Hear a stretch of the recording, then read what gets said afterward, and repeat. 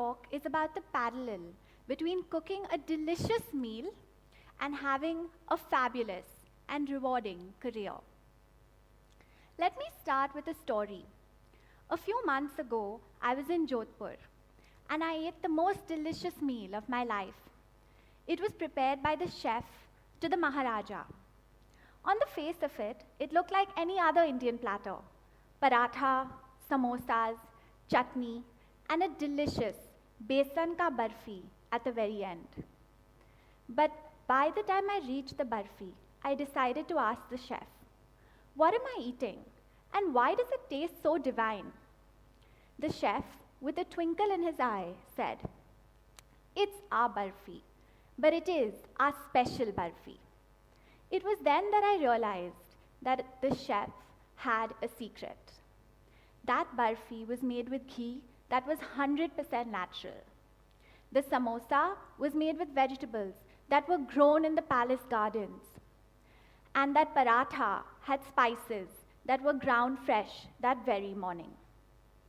Stepping back, I realized that it's not really about that menu and that final platter, but about the care that you put into the ingredients.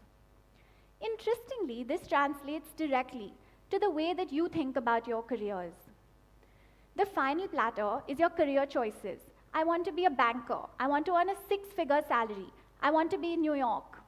And the ingredients are the care that you put and the work that you put into actually making that career a reality.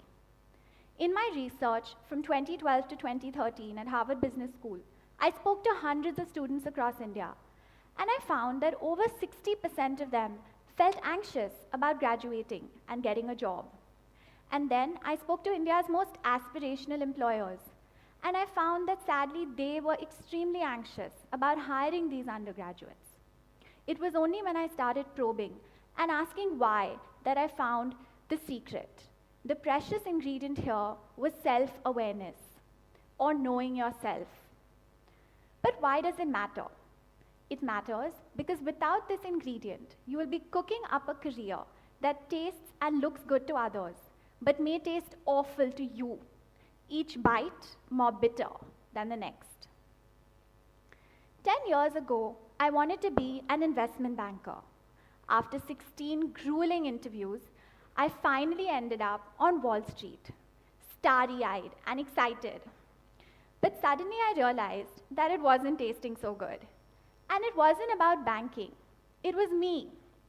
My heart told me that I should be doing something meaningful. But I had chosen my career because of my applied math major and not because of who I am as a person. So I decided, let's do the next best thing, consulting. After all, as a consultant, I would be helping organizations and creating change for them. And that's what I was all about, right? Wrong. I hadn't thought it through deeply enough.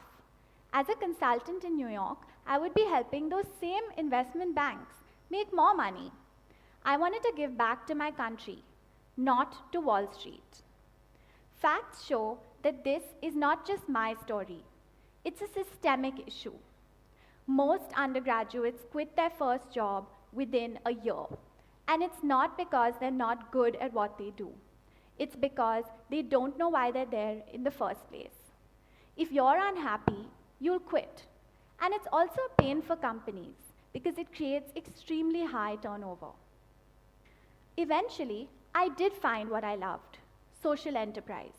I moved back to India, and as part of Teach for India's startup team, I traveled across the nation, getting young undergraduates to spend 2 years teaching full-time in a low-income school. Today, I run my own social business called Talerang, and we have helped thousands of students build meaningful careers for themselves. I finally love my job.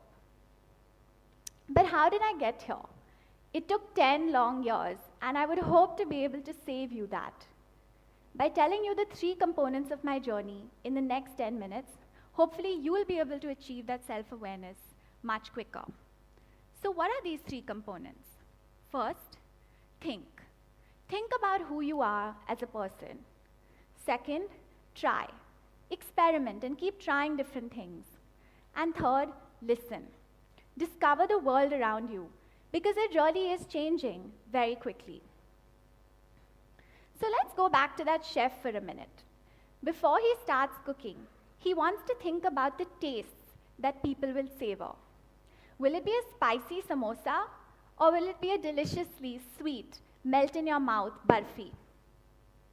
The question though then is, in this age of Facebook and Twitter, how does one actually think? It's simple. Shut it all out and go somewhere beautiful. Think about first what makes you really, really happy. Those are your interests. Think about a time when you've been really unhappy and why. Think about those times when you feel really excited, when you're on top of what you're doing. You're probably playing to your strengths. And think about those times when you've really struggled to cope up. That's likely when you found your development area. If you just think about those 4 things really, really hard, again and again and again, you will eventually figure out the intersection between your strengths and your likes, and that's where you need to play. This brings me to the second bit. Try and experiment. The reason that barfi tasted so good is because the chef had experience. He had experimented making that barfi hundreds of times before he served it to me. If I were you, I would do a different internship every summer of high school and college, by skill, by industry, by function, by location. By the time you graduate, you should have tried it all out. And it's okay if you hate it, don't worry. Try again, keep experimenting. You will find what you love. And lastly, listen. Most chefs train as a sous chef before they take over their own kitchen. So reach out. Find someone who's doing something that you would one day like to do and ask them all the right questions so that you can figure out whether your strengths and your interests match with what that person is doing.